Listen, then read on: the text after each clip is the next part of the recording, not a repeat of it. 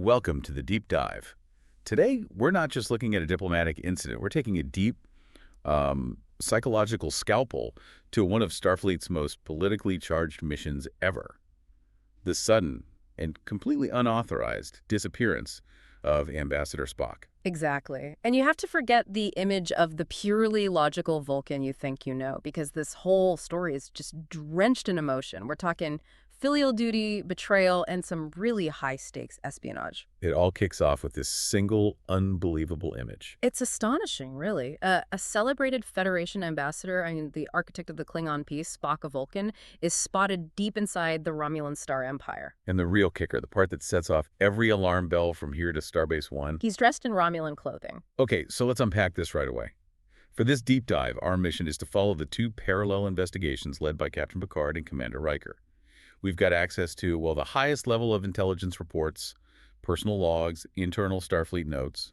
Yeah, everything detailing the events from that first shocking revelation all the way to this frantic race against a catastrophic political move that's designed to destabilize the entire border. It could potentially reignite a conflict that's been simmering for centuries. The stakes just couldn't be higher. This is not a missing person case. This is a potential galactic security breach, full stop. And the information is so sensitive, so critical, that Starfleet Command decided it was too risky to even send through subspace channels. Right. It required personal delivery by a fleet admiral. This whole story is about this complex web of history, the crushing weight of family legacy, and, the ultimate price of chasing a dream of reunification. We began our investigation not with a sensor reading, not with a diplomatic cable, but with an admiral who, frankly, is harboring a very peculiar and distracting secret. The seriousness of the situation it's immediately established by that level of secrecy. Admiral Rua Brackett, a high-ranking fleet admiral, has to hand-deliver the message to Captain Picard on the Enterprise. And right here, the source material gives us this fascinating piece of color that really highlights how even the most senior officers can be, vulnerable to their own eccentricities. It's really something. Admiral Brackett has this deeply personal and completely secret physical reaction to using the transporter. It's way more than just a preference, right? Yeah. For most people, it's a quick hum, maybe a little disorientation. Yeah, but for Brackett, it's described as this rapturous, transcendent moment. The logs call it a mystical, spiritual, sexual experience, all wrapped into one powerful, fleeting phenomenon. She believes that in that instant of dematerialization and rematerialization, she actually brushes up against something unknowable. It's wild. Let's stop on that for a second. This whole rapture she gets from transporting, is this just a bizarre character tick? Or is the source material telling us that even Starfleet's most disciplined command is vulnerable to these profound, distracting things during a major crisis? I think it's absolutely the latter. It's a powerful piece of narrative shorthand. The crisis is so severe that it cuts through everything, including this admiral's secret, deeply personal sensation. It really heightens attention right before she drops the bombshell. And she does. The core intelligence is that Spock vanished 3 weeks ago. No warning. Just poof, gone. He left his estate and all his diplomatic affairs neatly concluded, which is even more worrying. And the worst part. The worst part is that recent long-range scans confirmed it. They caught this unmistakable image of Spock on Romulus, and he was dressed in that Romulan attire. She had to use maximum enhancement just to confirm the figure, just to be sure. And there he was, wearing the clothing of the very people he spent his entire life mediating against. Picard's reaction is just a masterclass in controlled composure. He requests tea. He seems totally unruffled on the surface. But Brackett, who's a very perceptive officer, she notes his internal turmoil. She can see it. Oh, she can absolutely see it. She knows that this, if it's a defection, would tear at the very foundations of the peace Spock helped build. And the question is posed almost immediately. Is this a defection? And if it is, the damage to Federation security would be, and this is a quote, incalculable. So at the exact same time the captain is digesting this geopolitical bombshell, his first officer, Commander Riker, is dealing with a much quieter, more internal kind of turmoil. Yeah, he's got this persistent, unsettling restlessness that he's really struggling to define. This is such a complex moment for Riker. He's nearing the end of his time on the Enterprise. He's thinking about his own command, and all that uncertainty is manifesting physically. It really is. He's experiencing these strange cravings, a profound longing for the comfort foods his father used to make on, cold Alaskan nights. We're talking steaming split-pea soup, hot oatmeal with cinnamon, bubbling potato casserole. These are not random cravings at all. These are dishes that evoke warmth and security and home. It's a direct reflection of the emotional stability he feels he's lacking as he's grappling with this huge career leap. And he doesn't talk about it. He seeks solace in the holodeck. Precisely. He initiates a program in Memphis, Tennessee, Earth, 1925. He creates a honky-tonk called Stumpy's. And he just sits at the piano, immersing himself in the blues. That perfect musical expression of sorrow and displacement and longing. It's his way of externalizing his own pain and his indecision. He's absorbing the energy of that place before he has to make this career-defining jump. But that moment of, deeply personal reflection is just shattered by the captain's summons. Yep. Riker's pulled right back into the grim reality of Spock's disappearance. They spend hours together, tracing Spock's entire diplomatic history. Negotiations, mediations, arbitrations. Everything. They're trying to confirm his ceaseless efforts as an architect of peace.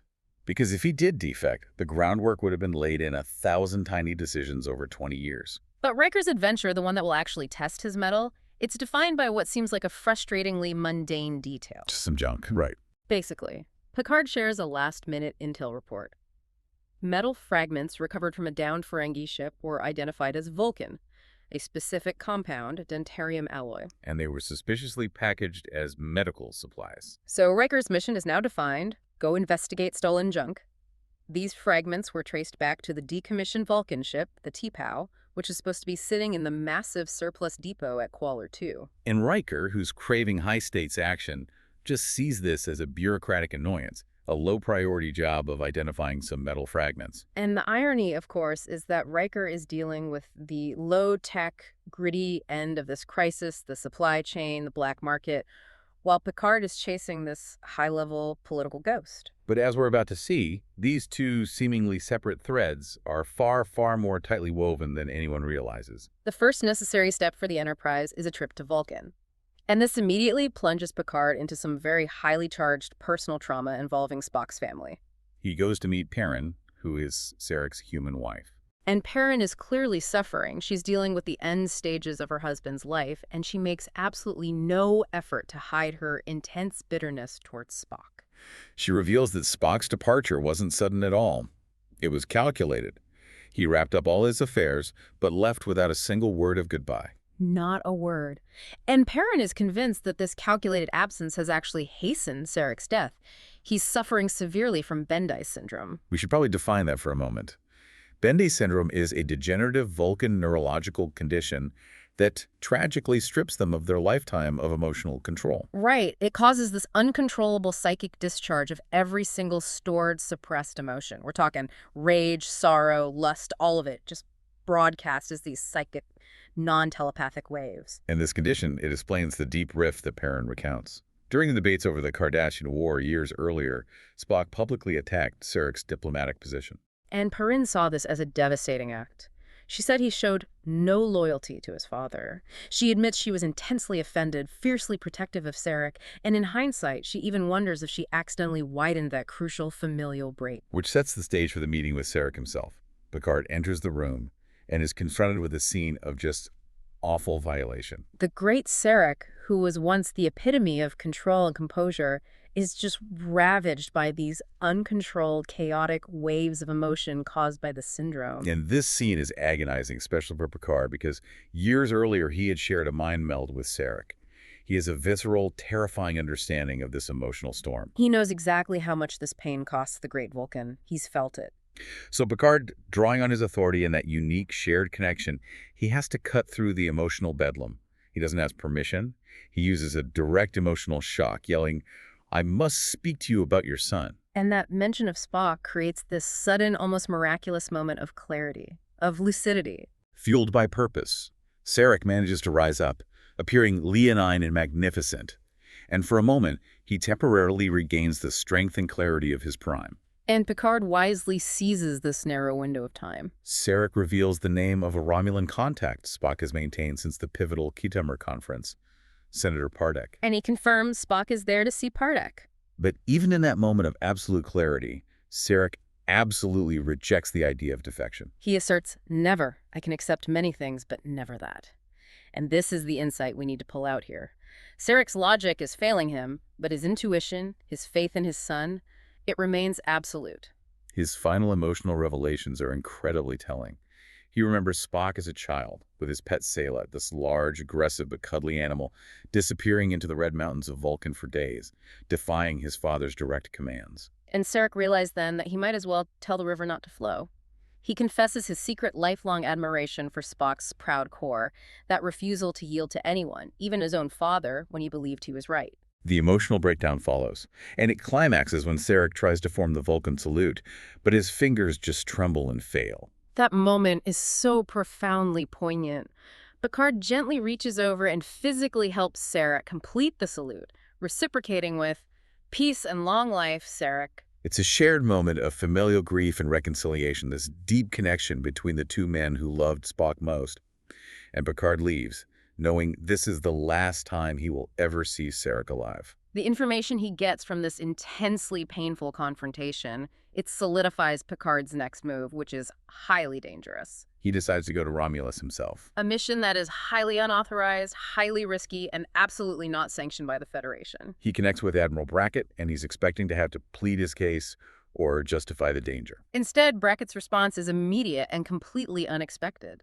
Picard starts to outline his dangerous plan, but she just cuts him off. She says, "Jean-Luc, I very strongly suspect I don't want to know this plan of yours." She grants him blanket approval without even hearing the details. Which is crucial for Starfleet doctrine. It ensures plausible deniability. If anything goes sideways, if Picard is captured, if he starts a war, Starfleet can disavow the entire mission. The Enterprise has officially gone dark. It's now a clandestine operatives transport. Meanwhile, while Picard is dealing with high political intrigue and the ghosts of his friends past, Commander Riker is navigating the bureaucracy and junk heaps of Qualler 2. Which is the Federation's largest surplus depot, a vast ocean of ghostly decommissioned starships. And Riker's first encounter is with Klim Dokachin, the Zok-Dorn quartermaster. And Zok-Dorn are known for their absolute, almost religious obsession with organization and efficiency. Dokachin is this grizzled, bureaucratic hulk who insists Riker make an appointment, refuses him computer access, and generally just acts as the impenetrable king of his little domain. This officiousness is unbearable for Riker. His heart rate is rising in sheer frustration. He can't get past the front desk. So the source material gives us a little breather here. Riker delegates the whole situation to Counselor Troi, sensing a need for a completely different, more empathetic approach. And Troi steps in, but she herself is in the middle of a serious personal identity crisis. We have to pause on her inner conflict for a second. She recently found herself acting as captain during a catastrophic event, and she successfully made a risky command decision. She experienced what the logs describe as the taste of blood. And she liked it. She liked the rush of command, of genuine, impactful authority. So now her daily duties feel muted, drawn in sepia tones, and she's yearning for something wild and potent, a real challenge. And yet here she is, having to solve a problem with ego stroking. She recognizes Dokachin's transparent, deep need for professional recognition and flattery, and she knows exactly how to handle him. She succeeds magnificently. She doesn't ask for data.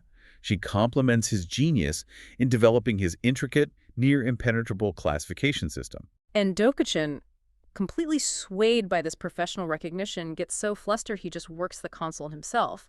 And the revelation is shocking. The T'Pau is missing. And so is the massive cargo storage vessel, the Tripoli. What's fascinating here is how Riker immediately connects these dots. He deduces the smugglers didn't steal the whole cargo ship, they stole the Tripoli's exact position, its locking coordinates, to intercept routine beamed shipments as they arrived. This is a really sophisticated operation. Absolutely. So they set a trap, disguising the Enterprise as an abandoned vessel, and they wait for the next scheduled routine transport. Deuterium storage tanks. The trap works, but the confrontation that follows hints at the true military stakes involved here. A massive, unmarked, heavily armed combat vessel arrives, takes the transport, and is immediately confronted by Riker. The vessel fires first. But Riker returns fire with a precise, limited burst aimed only at their cargo area. And that limited strike causes a catastrophic chain reaction. Because the enemy ship was carrying a secondary cargo of weaponry, likely high-explosive ordnance meant for the Romulans Riker's hit, causes these massive internal power fluctuations and secondary explosions. The vessel is completely pulverized. No survivors. That seems like an unnecessarily violent response for just a simple smuggling bust, right? Does that level of destruction hint at the greater military stakes Riker wasn't aware of yet? It has to.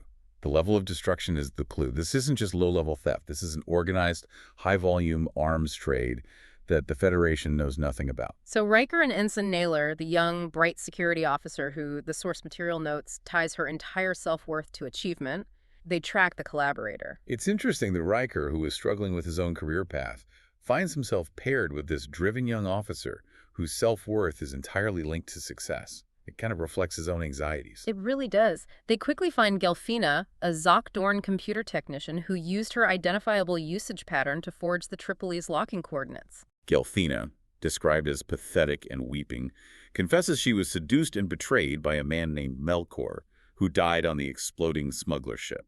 And Riker's empathetic yet stern approach coaxes out a key admission. Melkor's ex-wife, a musician named Emery, might know who his business partners were. Each takes Riker and Worf to Shern's palace, a tacky hideaway bar. Emery is a Talonstern woman with 4 arms, playing the keyboard while trying to quit her habit of sucking on salt sticks. She's unhappy, struggling, and initially very dismissive of Starfleet. So Riker, again bypassing official protocol, just uses his instincts and his personal passion for music. He sits down next to her at the keyboard, gently pushes aside her salt stick, and starts playing that complex, melancholy, early 20th century Memphis blues. The same music he uses in the holodeck to externalize his own pain. And this is the connective tissue that bridges the divide. Amory, who admits she plays 7 different shades of them herself, is genuinely impressed by his skill and sincerity. She identifies the arms trader who paid Melkor Omag, a fat Ferengi who always requests the song Meller Fumagal. So when Omag arrives, Riker confronts him. The Ferengi denies everything, tries to hide behind mockery. Until Riker performs this extraordinary act of theatrical aggression. He dramatically tilts Omag's table, soaking the repulsive man and his companions in food and drink. And under this sudden public duress, Omag gasps out the final clue. He delivered the stolen ship, the T'Pau II, a Barolian freighter near Galorndon Core. So Riker just dismantled a complex intergalactic theft ring focused on Vulcan parts. And at the same time, Picard is heading into a far more delicate political powder keg. Okay, now let's check in on Picard and Data. Having received Admiral Brackett's highly irregular blanket approval, they're undergoing extensive cosmetic alteration in sickbay and the barbershop to appear Romulan. Pigmented skin, lenses for their eyes, prosthetics to give them the angular features, the works. Picard is momentarily dismayed by the perfection of Data's logical responses during this whole process, and then he has to endure a conversation with Mott, the barber. Who believes he's deduced Picard's real mission, going undercover as a Romulan, to infiltrate the Cardassians. Right. So Picard has to solemnly swear more up to secrecy about this completely incorrect theory, which adds a little bit of much-needed comic relief to the tension. Once they're disguised, Picard and Data board the Klingon bird of prey Kruge, captained by Kavada, and Kavada is not happy about ferrying Starfleet officers. No.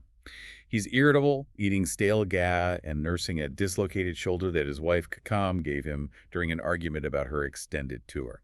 Kavada is hostile from the get-go, forcing them into these cramped, uncomfortable, mattressless quarters, and he immediately deduces they're hunting the defector Spock. And Picard resists the temptation to get into a shouting match. He adopts this calm, neutral mien, even when Kavada is trying to provoke a fight. The tension only breaks when Data observes Kavada's intense physical distress from the shoulder injury. Data, with his perfect diagnostic ability, inspects the dislocated shoulder and with a sudden, simple motion, just snaps it back into place. So the key to Klingon diplomacy is just really good android-delivered chiropractic care. Apparently so.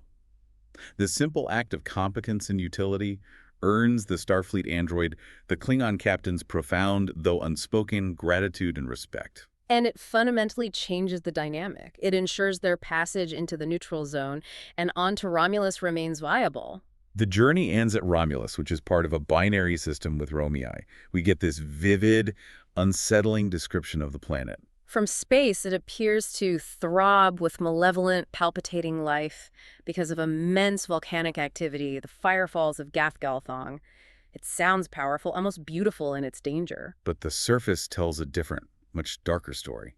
In the capital city of Dartha, specifically the Crocton segment when they beam down, Picard is just overwhelmed by a sense of profound deadness. Massive steel and glass structures block out the sun, creating this permanent gloom. And the people reflect their environment. They move with a grim despair, dressed in dark, drab clothing. They exhibit no sense of joy, of ambition, not even of anger. It's an oppressive environment. Data uses their intel photos to confirm the location where Spock and Pardek were photographed, outside a legal intercessor's office. They wait at a local food court, a dingle. And they have to feign enjoyment of a distasteful liquid soup to maintain their cover. Their efforts are almost immediately compromised. Real Romulan soldiers, not the underground movement, start observing them, questioning their accent and origin. Picard has to awkwardly slurp this gelatinous broth to look inconspicuous, which is a surprisingly humanizing moment for him. But despite their efforts, they're seized by the soldiers. They're taken out of the city and brought to a vaulted chamber. Their alarm turns to confusion when the soldiers strip off their uniforms, revealing themselves to be civilians working for Pardek's underground movement. And then the true reason for Picard's journey walks out. Spock. He appears tall, regal, and poised, but his eyes are described as black fire, and he's staring coldly at Picard. He immediately demands to know why Picard is there, accusing him of cowboy diplomacy, a highly illogical emotional action. And Picard delivers the devastating news: Sarek is dead. Spock reacts with Vulcan composure. He refuses to acknowledge the emotional impact, attributing Sarek's feelings, which Picard knows from the mind meld, to the emotional disarray caused by Bendy syndrome. He's using logic as a shield, trying to deny the reality of his father's emotional life. Spock then reveals the true, staggering motive for his clandestine presence. He is supporting a growing movement of Romulans who want to adopt Vulcan ideals of logic, discipline, and peace. Senator Pardek asked him to come because he believes it may be time to take the first step toward reunification after centuries of separation and conflict. Let's just pull back and look at the historical weight of this. The Vulcan-Romulan split, it dates back thousands of years. They were one single, highly passionate and violent race. Right. The Vulcans chose discipline, suppressing their turbulent emotions, while the Romulans left to pursue a path of untrammeled passion, which led to the creation of the aggressive Star Empire. And now Spock, the half-human heir to Sarek, is working to bridge this ancient chasm. It's the most ambitious diplomatic effort imaginable. And he absolutely refuses to involve the Federation. He cites a highly personal, emotional reason: his past responsibility for the consequences of the first Klingon peace mission, which indirectly led to Captain Kirk's presumed death. He's unwilling to risk anyone else's life but his own. And here is the profound irony that Picard spots. Spock, the logical being, is basing his decision to stay away on an emotional commitment, his guilt over Kirk. Picard notes that Spock's rigid, emotional reasoning is mirroring the stubborn arguments Sarek used to have. It's the ghost of his father influencing his decisions. The underground unification movement, though, is ecstatic. Senator Pardek announces that Proconsul Neural, a dynamic, seemingly liberal leader, has agreed to meet with Spock to publicly endorse reunification. But Picard remains deeply skeptical. He finds Neural's sudden support illogical and highly convenient, suggesting it has to be a trap designed to expose and neutralize the movement. And this skepticism cuts deep. Spock admits his own vulnerability, confessing that his rigid position and arguments with Picard are simply reflections of the arguments he had with his deceased father. And this leads to an astonishing moment of vulnerability for Spock. He admits, with a raw honesty that just stuns Picard, that he will profoundly miss the arguments. It was finally all that we had. The entire mission pivots right here. It's no longer about a defector, it's about a son trying to achieve his life's dream in honor of his father, even if it kills him. So, back aboard the Klingon ship Kruge, having earned the captain's grudging respect, Spock and Data begin working together. Data is granted access to the bridge's superior computer array to penetrate the Romulan data network. And this is a classic collaboration of logic and intuition. The Romulan system is protected by a sophisticated 43-part cipher key.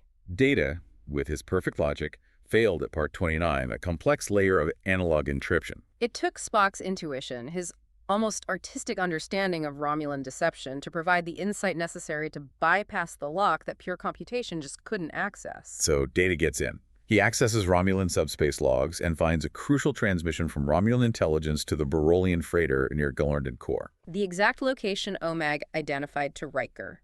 And right there, the two plot threads snap together. The message is incredibly short. almost innocuous. It contains only 4 numbers, 1, 4, 0, 0. And Spock instantly recognizes the pattern. 1400 hours, or 2 p.m., is the precise time Neural set for the public subspace announcement of the Peace Initiative. So the stolen Vulcan ships, Riker's entire investigation, and the reunification talks are all part of a single, coordinated, catastrophic deception. A deception designed to create the perfect window for an invasion. The confirmation of this comes with immediate, brutal violence. The Romulan leadership strikes back. Neural's security guards, described as chemically adapted, brutal creatures whose brain chemistry has been altered to remove conscience or empathy, they descend upon the Crocton segment. The scene is horrific. They create a wasteland of the dead and wounded using disruptor fire, purposely set to a low level to cause maximum agony. They're not trying to kill quickly. They're trying to terrorize and punish the movement. Detan, a child of the Unification movement who had been running messages, witnesses the carnage firsthand, including the horrific death of his friend Janica. He flees to the caves, confirming that Spock, Picard, and Data have all been captured and betrayed. The prisoners are brought before the true architect of the plot, Commander Sela. And this is crucial context. Sela is Tasha Yar's half-Romulan daughter, a highly effective operative who had previously meddled in the Klingon Civil War. She's methodical, ruthless, and deeply intelligent. Sela unveils her plan, confirming Picard's and Spock's worst fears. 3 stolen Vulcan ships, the ones Riker tracked the parts for, are crossing the neutral zone. And they're carrying a hidden Romulan invasion force of over 2,000 troops. But the real genius of the plot is a distraction. Sela has created a holographic representation of Spock, generated from sampled footage, that will announce a successful reunification. Which will lull the Vulcan defenses into standing down during that crucial invasion window. Sela reveals the hollow Spock, which announces, "These ships carry the future of the Vulcan and Romulan people. Our long conflict is finally over," before Sela freezes the image, completely confident in her victory. Meanwhile, Riker is orbiting the desolate Galorndon core, deeply suspicious of the captain's coded message to maintain position. He is almost certain it's fake, a Romulan deception. And then the real moral dilemma arrives. A Priority 1 distress call from the Deletion 4 colony. They need immediate evacuation of 400 people due to an environmental failure. Riker is faced with the ultimate impossible choice, a choice designed to pull the Enterprise away from the neutral zone. He can follow a gut hunch about Romulan treachery that violates his direct orders and risks starting an interstellar war. Or he can save 400 lives that are guaranteed to die if he does nothing.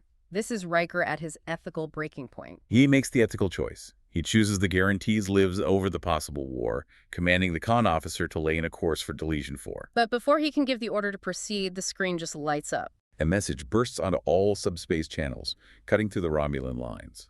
It is the real Spock's voice, transmitted by Data's successful countermove. These ships carry a Romulan invasion force and must be stopped. Spock's message validates Riker's suspicion and cancels the need for the immediate rescue.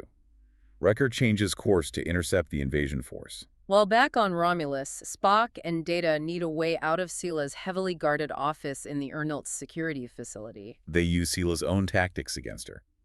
Spock and Data create a diversion by generating a holographic wall to hide their true exit. But the escape from the deeper facility requires a much riskier, purely psychological tactic initiated by Picard. As they're being escorted by 2 guards to the underground tunnels for interrogation, Picard feigns a total collapse. He's wheezing and trembling. He whispers to the guard that he fears torture and will confess the name of the Federation spy at the uppermost levels of the Romulan hierarchy. The guard, eager for such explosive intelligence, leans in to hear the name. And it is this critical moment when the guard is distracted and vulnerable that Data performs a shocking, impossible feat. Data executes the Vulcan nerve pinch perfectly on Sela's remaining guards.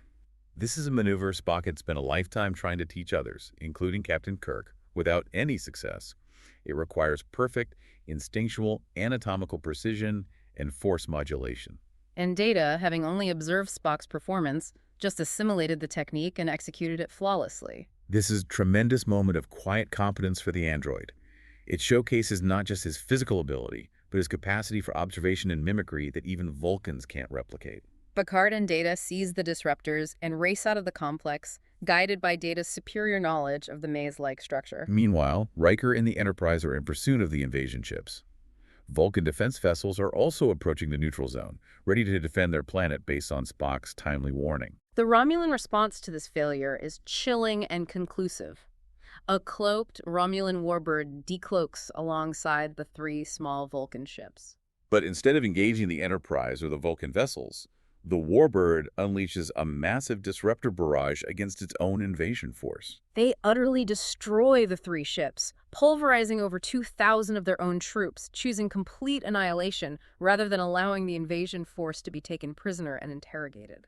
This act defines the uncompromising, ruthless logic of the Romulan leadership failure cannot be allowed to provide intelligence. Riker, witnessing the sheer violence of it, orders the Enterprise out of the neutral zone. Having escaped and successfully neutralized Sela's plot, Spock, Picard, and Data transport down to the survivors' new secret cave hideout. And Picard witnesses the raw, enduring spirit of the Unification movement, a group that's determined to continue teaching Vulcan ideals despite the massacre. And this leads to Spock's final monumental decision.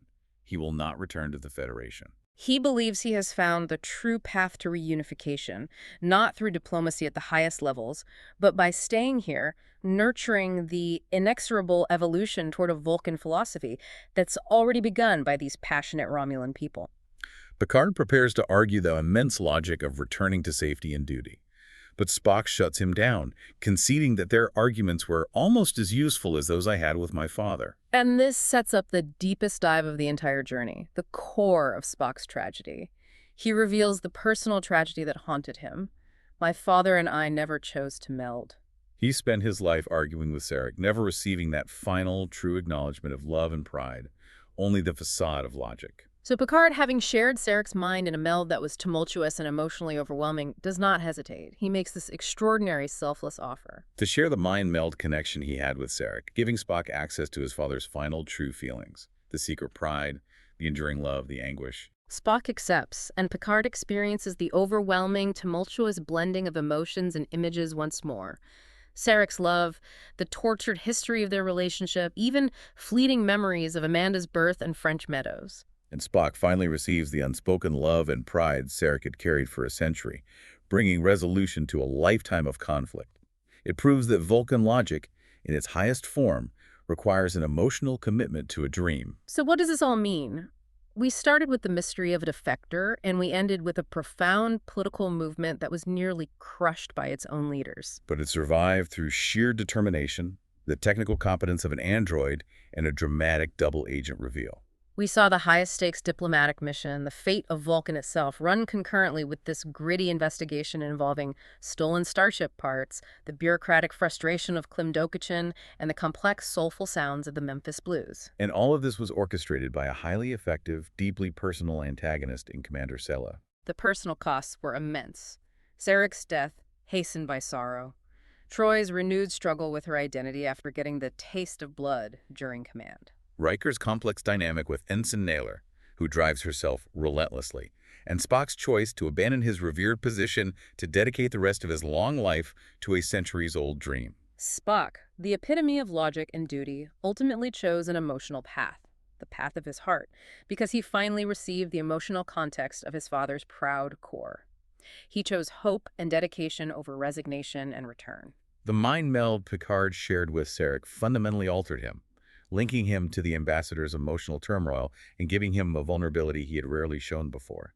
But now that he has melded with Spock and experienced a century of unexpressed familial love and conflict, a profound integration of Sarek's final thoughts, what lasting emotional or psychological changes might this second, deeper integration create in Captain Picard, who now carries the emotional burden of the entire House of Sarek? That is something for you to consider as you reflect on this deep dive.